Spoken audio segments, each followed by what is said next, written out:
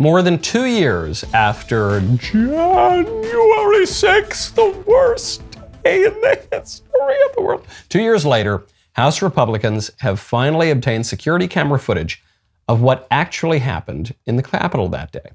The Republicans got the footage. They gave it to Tucker Carlson and his producers to investigate and release, and congressional Democrats are not happy about it. Last night, millions of Americans tuned in to one of the most shameful hours we have ever seen on cable television.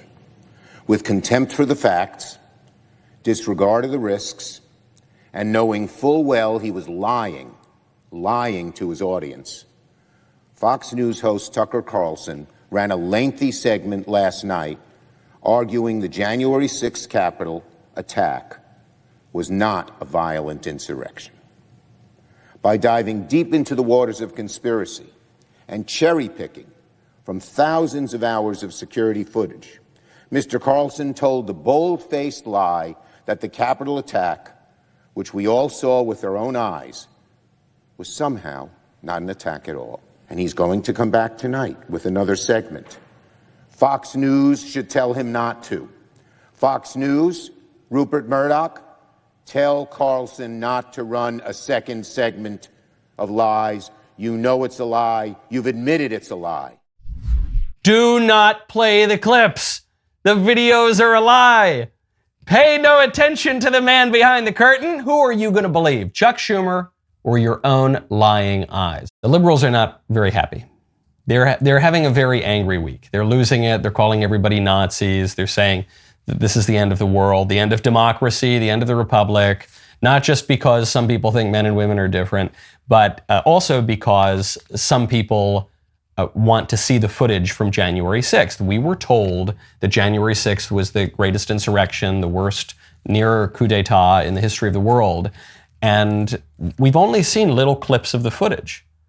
Little clips that the establishment press are willing to let us see. The little clips that the Democrats in Congress, when they had control of Congress, allowed us to look at. And I made this point on the show just a few days ago. I said, when you read a news story, the first question that you ask should not be about the details of the story itself. The first question you should ask is, why is this story being presented to me?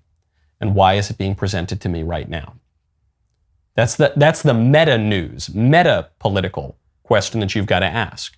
Chuck Schumer said in his remarks, begging Fox News, please don't let Tucker play the tape that proves us all to be liars. Chuck Schumer said, we all saw the insurrection. No, we didn't all see the insurrection. All we saw was a handful of clips that you Democrats curated very specifically to give the impression that January 6th was the worst coup d'etat ever.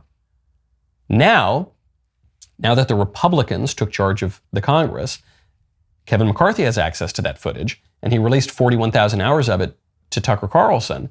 And Tucker Carlson's investigators have gone through that footage, and now they're presenting us with a fuller picture. And the fuller picture shows that what we were told simply was not true. Up to and including the QAnon shaman, you know, the guy with the horn hat, painted face, screaming, yelling. He was the king. He was the one who was going to declare himself king, tear up the Constitution, create a new government, right? That was what was supposed to happen. Well, it turns out that guy was escorted through the Capitol by Capitol Police. Jacob Chansley became the face of January 6th, a dangerous conspiracy theorist dressed in outlandish costume who led the violent insurrection to overthrow American democracy. For these crimes, Chansley was sentenced to nearly 4 years in prison, far more time than many violent criminals now receive. What did Jacob Chansley do to receive this punishment? To this day, there is dispute over how Chansley got into the Capitol building.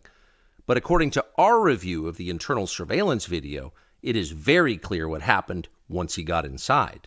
Virtually every moment of his time inside the Capitol was caught on tape. The tapes show that Capitol Police never stopped Jacob Chansley. They helped him. They acted as his tour guides. Here's video of Chansley in the Senate chamber. Capitol Police officers take him to multiple entrances and even try to open locked doors for him. We counted at least 9 officers who were within touching distance of unarmed Jacob Chansley. Not one of them even tried to slow him down. It doesn't look like an insurrection to me. The images that you were presented with was of a guy leading a crusade, a violent mob that was killing police officers. Remember they told you that? They told you they killed police officers? That was a complete lie. Only one person died in political violence on January 6th. That was Ashley Babbitt. That was one of the Trump supporters who was shot by a trigger-happy cop. What about the rest of the story? What about the story about the cops being murdered? Tucker's got tape on that too. And killing several police officers in the meantime. But Brian Sicknick should not be reduced to a prop for the political ambitions of the Democratic Party. He was a human being. The facts of his life matter, including how he died. To this day, media accounts describe Sicknick as someone who was, quote, slain on January 6th. The video we reviewed proves that is a lie. Here is surveillance footage of Sicknick walking in the Capitol after he was supposedly murdered by the mob outside. By all appearances, Sicknick is healthy and vigorous. He's wearing a helmet, so it's hard to imagine he was killed by a head injury. Whatever happened to Brian Sicknick was very obviously not the result of violence he suffered at the entrance to the Capitol. This tape overturns the single most powerful and politically useful lie the Democrats have told us about January 6th. And it was indeed a lie. The January 6th committee knew perfectly well that Brian Sicknick was walking normally through the Capitol after he was supposedly murdered by Trump supporters. There it is. And the whole rest of the Tucker report is terrific. Coincidentally, I actually happened to be on Tucker's show at the very end of the show when this was going on. And they had asked me to come on the show to talk about all the crazy defamation where the libs accused me of genocide. And they said, Michael, we really want to get the story in, but we might be a little tight on time because we're doing a big January 6th report.